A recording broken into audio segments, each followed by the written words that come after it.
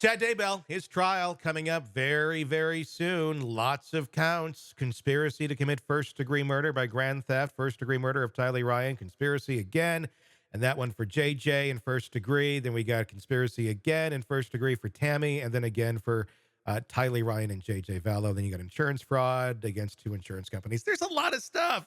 There's a lot of stuff. And if we all remember the last episode of this series, it ended with Lori Vallow being charged and testifying, and then giving that nice little speech about the kids having new jobs at Costco in heaven, and it's all good. It's all good in the hood for Lori. I don't know that Chad's quite as crazy as she is, but time will tell. Joining us to discuss, attorney Eric Faddis, former prosecutor, defense attorney. Yeah, what's the preview here for doing the trailer for the Chad Daybell upcoming trial? What's in it?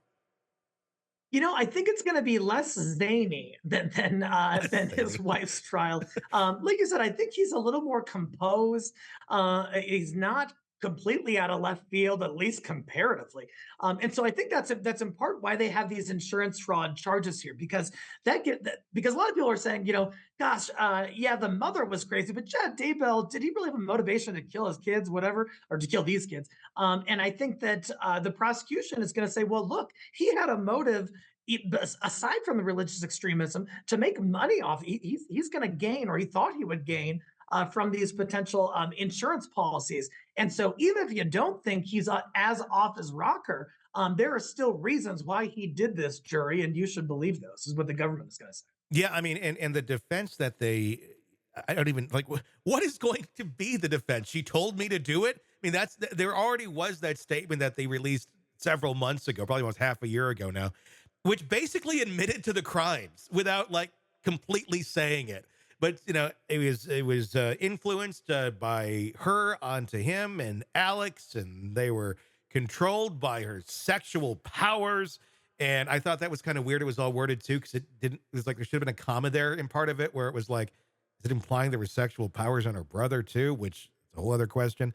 But yeah, I mean, that's not a defense. When you have the bodies of two dead children found at your house, that a lot of defenses go out the door. Okay, so Yeah. what one potential defense that comes to mind that based on that statement is like duress, but I don't think it's going to fly here. Duress is when essentially someone forces you to commit a crime and you don't really have the willpower for whatever reason to say no. Here, Chad Daybell's a pretty hulking big dude. There's no way that his wife would have forced him to do something against his will, and he couldn't just say no. So duress is not going to be the defense.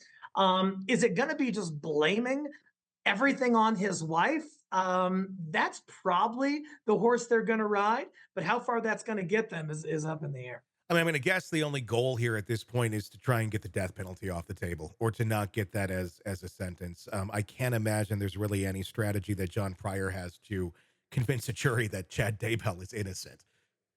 No, if there was some, piece of evidence that destroyed the whole prosecution's case, I think we would have heard of at least a reference to it by now. I don't think they've got a whole lot. And like you said, the death penalty is on the table. And so perhaps they're thinking, hey, if we can at least spare this dude's life, that is as much of a win as we're going to get here. Yeah. Chad Daybell's attorney is planning on calling about 7 expert witnesses, from what we understand, which is different than Vallow. Lori didn't call anybody. We rest. Who? Well, I mean, they didn't go into details as to who these expert witnesses are or what topics they're experts on.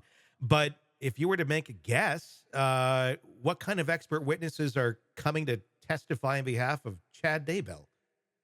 There's been recently some experts proposed who essentially will talk about how a person's will can be overborne by mob mentality or religious extremism, or how someone can be impressionable and that can change their view of reality. Now, not all courts are going to allow that kind of expert to testify, but perhaps it's something like, oh, religious extremism was at play, and that can really affect people and their behavior.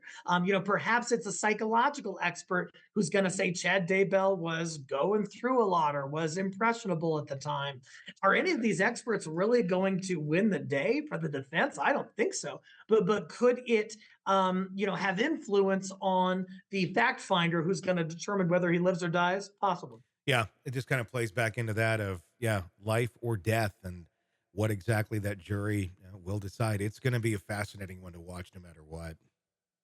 Hey, it's Tony Brueski. If you like the podcast, be sure to like, subscribe, and press that bell so you don't miss any of our updates on the cases we're following for you right here at the Hidden Killers podcast from True Crime Today. And thanks